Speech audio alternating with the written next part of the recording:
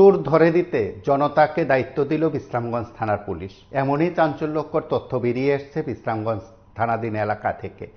বিশ্রামগঞ্জ থানাধীন এলাকায় সেখানে চুরির ঘটনা ঘটেছে। নলজলা অঙ্গনওয়াড়ি কেন্দ্রে চুরির ঘটনার বিষয়টি আজ সকালে তারা সংবাদ মাধ্যমের কাছে তুলে ধরেছেন।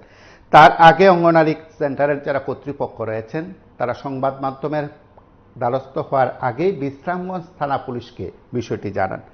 যখন আজ সকালে তারা এসে দেখতে পান সেন্টারের তালা ভাঙ্গা, সঙ্গে সঙ্গে তারা বিশ্রামগঞ্জ থানায় সেখানে বিষয়টি জানান। বিশ্রামগঞ্জ থানা পুলিশের তরফে জানিয়ে দেওয়া হয় চোর ধরে দেওয়ার জন্য। বিশ্রামগঞ্জ থানা পুলিশের তরফে সেই অঙ্গনওয়াড়ি সেন্টারে যারা কর্মী আছেন, এলাকাবাসী আছেন, তাদের কাছে সেখানে দাবি করা হয় কিংবা নির্দেশ দেওয়া হয় চোর ধরে দিতে। অঙ্গনওয়াড়ি কর্মী সহ অন্যান্যরা এই বিষয়টি জানতে পেরে তারা অবাক হয়ে যান। বিশ্রামগঞ্জ থানা পুলিশের নির্দেশ শুনে তারা অবাক হয়েছেন, কারণ তারা চুরির ঘটনাটি টের পেয়ে খোদ পুলিশকে জানিয়েছিলেন। কিন্তু পুলিশের কাজ তদন্ত করে চোর ধরা, উল্টো পুলিশ অঙ্গনওয়াড়ি সেন্টারের কর্মীদের বলছেন চোর ধরে দিতে।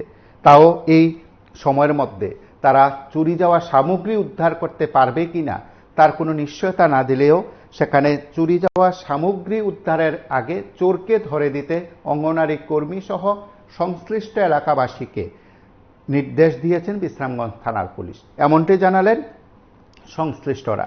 তাদের তরফে দাবি করা হয়েছে অঙ্গনওয়াড়ি কেন্দ্রে চোরের হানা পড়েছে এবং সেখানে গভীর রাতে বিশ্রামগঞ্জ এসপি অফিস সংলগ্ন নলজলা 2 নং অঙ্গনওয়াড়ি কেন্দ্রে চোরের দল হানা দিয়ে সেখানে গ্যাস সিলিন্ডার দুটো নিয়ে যায়। একটি গ্যাস ভর্তি সিলিন্ডার, একটি খালি সিলিন্ডার ছিল এবং অন্যান্য সামগ্রীও নিয়ে গেছে বলে তারা ধারণা করছে। বিষয়গুলো তারা সংবাদ মাধ্যমের কাছে তুলে ধরেছেন। তার পাশাপাশি তারা অবাক হয়েছেন বক্তব্য। আমরা একবার তাদের বক্তব্য শুনি। অঙ্গনওয়াড়ি কেন্দ্রে এসপি অফিসের লগে মানে সেন্টার 2 নং অঙ্গনওয়াড়ি কেন্দ্র নরজলা। আমার সেন্টারে 37 জন বাচ্চা আছে। আজকে সকালে আইসে অন্য দিনের মতনে সকালে রান্না টান্না করে বাচ্চা খাওয়াইতে হয়ে গেছে হেল্পার। আজকে আইয়া সকালে দরজা খুলছে, খুলিয়া দিয়ে দরজা তালা ভাঙ্গা। ভিতরে ঢুকছে, ঢুকে দিয়ে 2টা সিলিন্ডার, গ্যাসের সিলিন্ডার একটা ভর্তি লাগাই নিয়ে আসলো চুলা, আর একটা খালি, দুটো সিলিন্ডার নিয়েছে গা। তো থানার গেছি আমি, তারা যেটি এন্ট্রি করতাম বলছে অফিস জানাইছে, অফিস জানানো অফিস কইছে থানার যেটি এন্ট্রি করো পঞ্চায়েত একটা দাও। কোন থানা? আমরা বিশ্রামগঞ্জ থানা।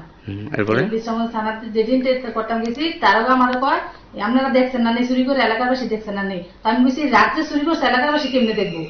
তারপরে কয় জান আমি বলছি যে সই দেন, আমি রিসিভ কপি সই দেন, আমার রিসিভ কপি লাগবে একটা, আমি অফিসে দিতে হইব। না রিসিভ কপি সই দিয়ে যে তোমার রিসিভ দিয়ে লাগতো না। আমার যদি ছবি তুলছি না, আমি কিছু না, আমি তো জানি না ছবি তুলন লাগে। যে যেদিন কি করতেন তারা ছবি তুলতেন জানেন না, যেদিন কি করেন বালে জানছেন এমন কইছে তারা।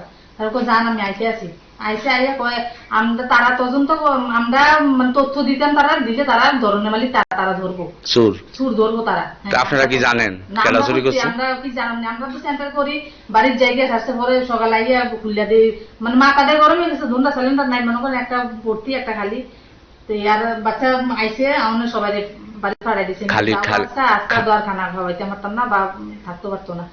তারা গেছে যে আমি পরে থানার যেয়ে তাদের করলাম আর কি। খালি পেটে বাচ্চা রাজগা বাড়ি গেছে খালি।